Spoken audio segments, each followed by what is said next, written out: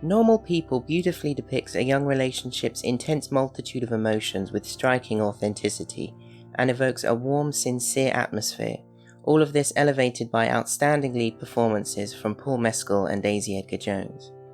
What is the secret to the show's success at capturing the emotional journey of a first love, and crucially, impressing all of those feelings onto the viewer? The answer can be found in one of Normal People's best scenes, Connell and Marianne seeing each other again for the first time since they both started studying at Trinity College. Connell Waldron, from beyond the grave.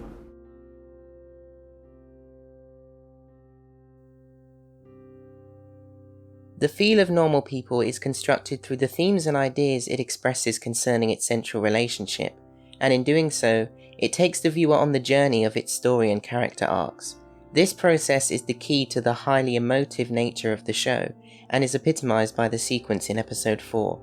Let's look at how the story and themes are conveyed by the sequence, firstly through its cinematography. Normal People's camera work often reflects both Connell and Marianne's relation to each other and separately to the world around them. This scene, directed by Lenny Abramson, exemplifies the show's frequent use of the camera to illustrate its story's central dynamic. Marianne is here centered in a wide frame because this conversation takes place in her domain. With a group of close friends and a popular boyfriend, at this time in her life she's more than comfortable in the setting of a college party. Connell, on the other hand, feels very much out of place in Trinity, and shots like this one display his environment as an imposing, almost suffocating entity. It's no wonder he nearly leaves the party immediately on arrival before bumping into Gareth.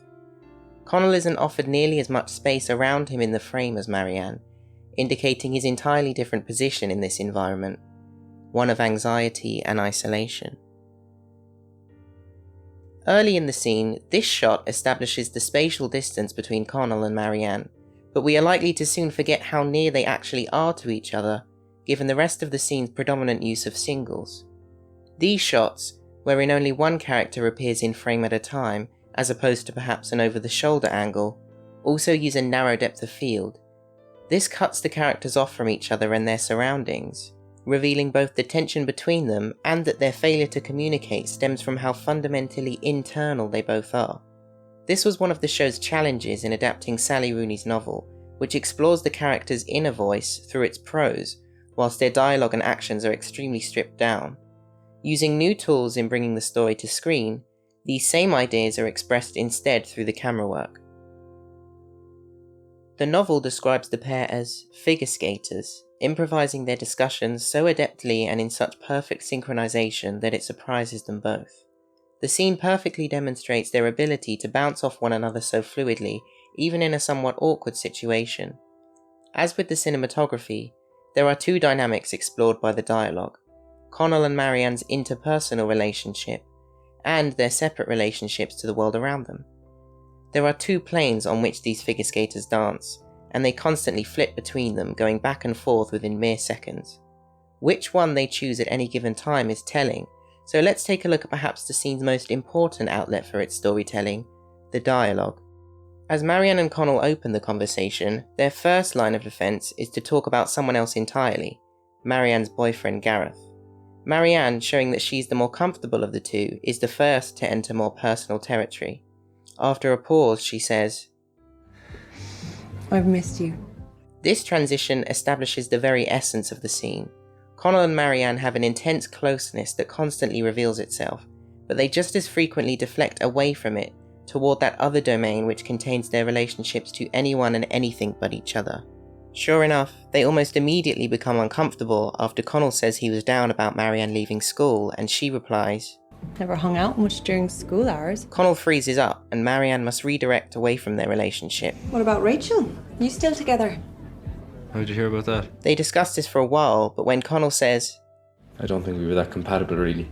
The implication that he and Marianne have a unique bond begins to build. They start to veer towards themselves again. Marianne playfully tells Connell she could have told him that, and he responds, Well, maybe I should would have helped, actually. You weren't really replying to my text at the time, so... They cannot seem to help but end up here once again. At its most intense, the conversation inevitably brings up the pain they both harbour over all that has happened between them. Marianne cuts Connell with the most direct line in the scene thus far. Felt somewhat abandoned, Connell. Yeah, I felt a bit abandoned myself, didn't I? It has clearly gotten too much, and once again they distract themselves. The tactic they now employ is to downplay everything that has happened between them. The Rachel thing wasn't serious or anything. It's not really why I left school. Right. More of a last straw sort of thing. Both these sentiments attempt to diminish the significance of all that has taken place. Connell attempts to water down his betrayal of Marianne by implying that the person he betrayed her for wasn't actually so important, and she in turn explains that his actions didn't hurt her as much as it seemed by her disappearing. Connell then affirms this notion. I wondered if that was what it was. But it's much more likely that he wants this to have been the case, because it relinquishes the responsibility for having hurt her too much. Whenever the two switch to this mode of avoiding closeness, they grant weight to other external factors in their lives, denying that they themselves are the dominant acting forces on each other. Once again, the build towards intimacy commences, as they joke that Connell is telepathic. But of course, they soon start to take this notion seriously, and then this happens. You know, I did used to think that I could read your mind at times. In bed, you mean? Yeah. And afterwards, but I don't know, maybe that's normal. It's not. This is the first sincere, explicit reference to the unique bond that they share compared to their relationships with anyone else. And after this moment, something shifts. Connell finally embraces intimacy, sincerely telling Marianne that she looks well, and then that she's beautiful. It's clearly not easy for him, but he manages to accept the pull towards their intense closeness over other distractions and deflections. In the background, a new song starts playing, signifying the shift to a warmer atmosphere. They are both soon laughing and joking, truly comfortable in each other's company, and we are learning that to acknowledge and embrace the unique dynamic that they have is what is best for Connell and Marianne. The next time Marianne acknowledges that secondary plane of her place in the world, it no longer functions to avoid closeness with Connell. Instead, she only references it in a way that might be helpful to him. She playfully brags about now having girlfriends that she could introduce him to. In doing this, she's also sharing her newfound popularity with Connell as a sort of in-joke between them, a reminder of how much more they understand about one another than anyone else at that party. Marianne and Connell's ability to communicate with one another constantly wavers, because of their desire to shift away from an intimacy that comes with so much vulnerability. This is the most stubborn roadblock for their friendship and relationship. In episode 7, for example, it is revealed that Connell was close to asking Marianne if he can stay at her place for the summer. Yet he so feared her response that he never did, and after a series of misreads and misunderstandings, they separate. The reason the party scene evokes such a feeling of tangible intimacy is that even when Marianne and Connell deflect away from the dynamic between them, particularly because of the unfortunate circumstances of their past, they inadvertently reveal the importance they have in each other's lives. They are so hurt by their mutual estrangement that they cannot bear to dwell on it for hardly any time at all, which only goes to show how much they care for one another. This intimacy and care is what comes through in the latter moments of the scene, reaching its peak with Marianne's final line that encapsulates how simplicity and directness can be so intensely emotive. What's not to like about you? Connell and Marianne's lives are often tumultuous. Marianne suffers abuse at the hands of her brother and partners, and Connell struggles with his mental health. Amongst all of this, the two find solace and comfort in one another, which is the essence of normal people's story. Listen to Sally Rooney describe the theme of her novel in light of its conclusion.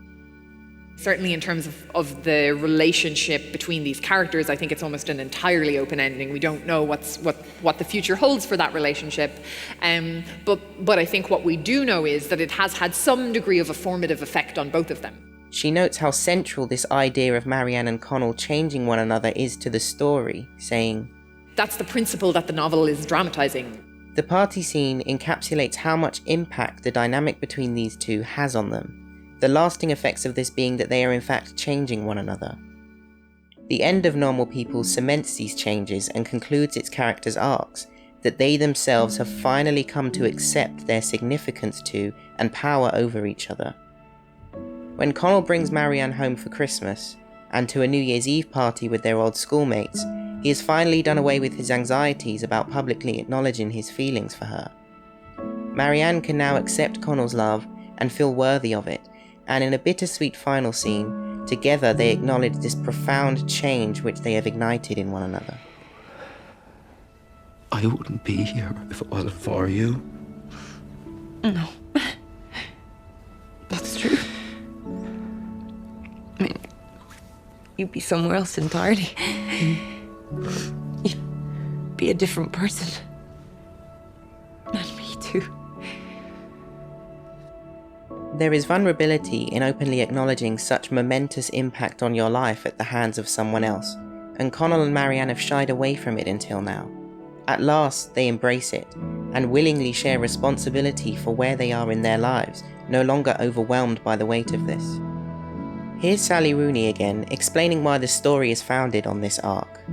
The effect of this relationship, the formative effect on these two people for the rest of their lives, is I think, hopefully feels true by the time you get to the end of the book. Like, it's all very well to say, oh, people can have a profound effect on one another, but to actually see that in process between two people who feel real is something different, I think. The lasting emotional resonance of Normal People's adaptation comes from the beautiful illustration of this theme through writing, cinematography, and performance. The love between Connell and Marianne is made to feel truly real by the gradual demonstration of how it changes them.